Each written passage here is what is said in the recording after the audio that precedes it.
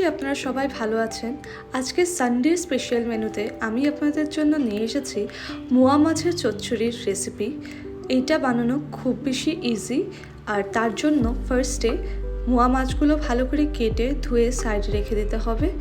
আর নিয়েছি টমেটো আর ধনিয়া রাফলি চপড, পেঁয়াজ আর কাঁচা লঙ্কা রাফলি চপড, আর সাথে নিয়েছি বেগুন। এগুলো ভালো করে তেলে ভেজে নিতে হবে।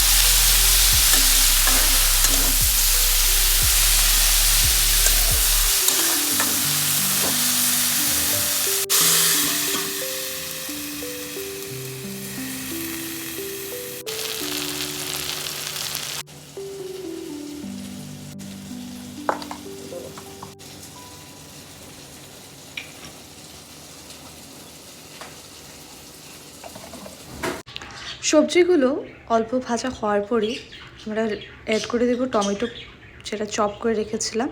তারপরে আবার অল্প সময় ঢেকে রাখতে হবে যাতে সবজিগুলো ভালো করে মজে যায়, সফট হয়ে যায়। আর লাস্টে গিয়ে অ্যাড করবো আমরা মাছ, আর তারপরে অ্যাড করবো ধনেপাতা।